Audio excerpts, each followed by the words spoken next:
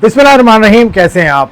Cricket का खेल जो है ना वो बॉल और बैट का खेल होता है। वो बैट्समैन और बॉलर के दरमियान जो रस्साकशी होती है उसका खेल होता है। अगर आपको कोई बहुत ही अच्छा बैट्समैन बहुत ही अच्छे बॉलर के खिलाफ शॉट खेलता हुआ नजर आए तो आप कहते हैं वाह वाह वाह। और इसका उलट अगर हो, बहुत ही अच्छा बॉलर हो, बहुत ही अच्छे बैट्समैन को वो सेटअप करके आउट करे तो आप कहते हैं वाह वाह वाह। ऐसा ही कुछ हो रहा है इस PSL में।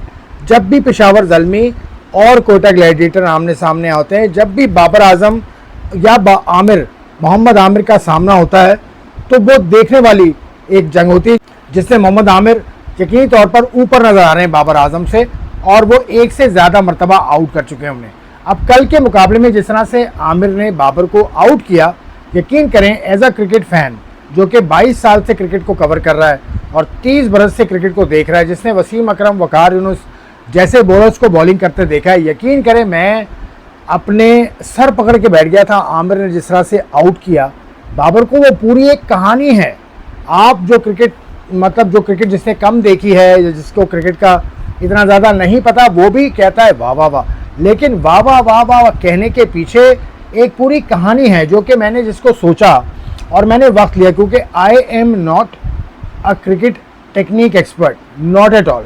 तो मैंने 2-4 लोगों से बात की जो क्रिकेटर रहे हैं, माजी के अजीम क्रिकेटर रहे हैं, तो उन्होंने मुझे बताया कि भाई वो कमाल आउट था। मतलब वो आउट के पीछे की कहानी उन्होंने मुझे बताई। उन्होंने कहा कि आमिर ने जो पहला ओवर किया था, पहले ओवर में आमिर ने एक बाउंसर किया, सर पे लगी बाबर के, ठीक है। उसके बाद वो बॉल मुसलसल उसने बाहर निकाली, बाबर से बाहर निकाली। तो देखिए कहानी बन रही थी, सेटअप वो कर रहे थे। बाबर आजम को वो ये बता रहे थे कि नहीं मैं अंदर गेंद शायद ना लाऊं। मतलब मैं बात भी कर रहा हूँ तो मेरे रोंगटे खड़े हो रहे हैं ये बात करते हुए, इतनी खूबसूरत ये कहानी है। फिर तीसरा ओवर जब इनिंग का आया और आमिर का दूसरा ओवर था, आमिर ने वहीं से गेंद अंदर ले आया। क्या खूबसूरत वो मंजर था। आप भूल जाइए कि बाबर आजम था। आप बाबर के फ़ैन हैं अगर तो आप भूल जाएं एक लम्हे को, आप तारीफ़ कीजिए उस गेंद की जो मोहम्मद आमिर ने बाबर को की। इस तरह की बॉल्स बहुत सारे बॉलर्स कर चुके हैं, लेकिन वसीम अकरम का मुझे याद है कि राहुल द्रविड़ को उन्होंने आउट किया था। मुसलसल वो गेंद अंदर ला रहे थे और फिर एक गेंद बाहर निकला और विकेट को छूता हुआ गया। Fabulous display, fabulous seen it was.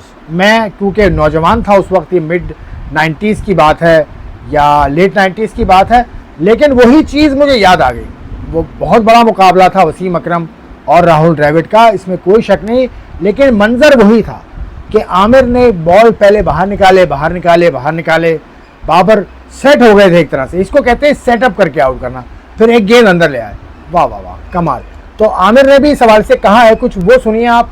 उसके बाद मुझे दीजिए इजाज़त और अपना ख्याल रखिएगा। खुदा हाफ़िज़। देखिए बाबर जो भी है बड़ा प्लेयर है, इसमें तो कोई शक नहीं है। और अगर मुझे अब सक्सेस मिल रही है तो मिलने में लेकिन ये है कि देखिए वो अर्ली ऑन मेरा यही प्लान होता है कि मेरा अगर नया बॉल स्विंग हो रहा है तो मैं उसको जितना ज़्यादा यूज़ करूं, वो चाहे साइम हो या बाबर हो, क्योंकि आपको पता है दोनों ही बैकबोन है पेशावर ज़ल्मी के। तो टारगेट यही था और मुझे लगता है कि एज अ बॉलर मेरे जहन में था कि मुझे Babar as a batsman out swing के लिए रेडी होंगे। तो मुझे था कि अगर मैं जगह से अंदर ले आया तो शायद मुझे सक्सेस मिल जाए, तो वो उस वजह से शायद हुआ ही। ऑनेस्टली फाइट तो नहीं होती, लेकिन यस ये चीज़ें अगर आप देखें तो देखें, सोशल मीडिया देख लें, ग्राउंड में देख लें, लोग कितना एंजॉय कर रहे होते हैं। और एंड ऑफ द डे हमारा काम ये होता है स्पेशली T20 में कि लोगों को, फैंस को इंटरटेन करें। और एज अ बॉलर मेरा रोल यही होता है कि मैं बैट्समैन को जाके तंग करूं, एग्रेशन दिखाऊं। और बैट्समैन का यही होता है कि भाई जितना उनको पीट सके पीटे। लेकिन मेरे ख्याल में ये चीज़ें होनी चाहिए विद इन अ लिमिट्स, क्योंकि फैंस को मज़ा भी आता है। अगर आप देखें तो जो मेरे फैंस होते हैं वो मेरी वीडियोस डाल रहे होते हैं, जो बाबर्स के होते हैं, तो ये एक आपके टूर्नामेंट के लिए बहुत अच्छा होता है, उस टूर्नामेंट को बहुत हाइप मिलती है।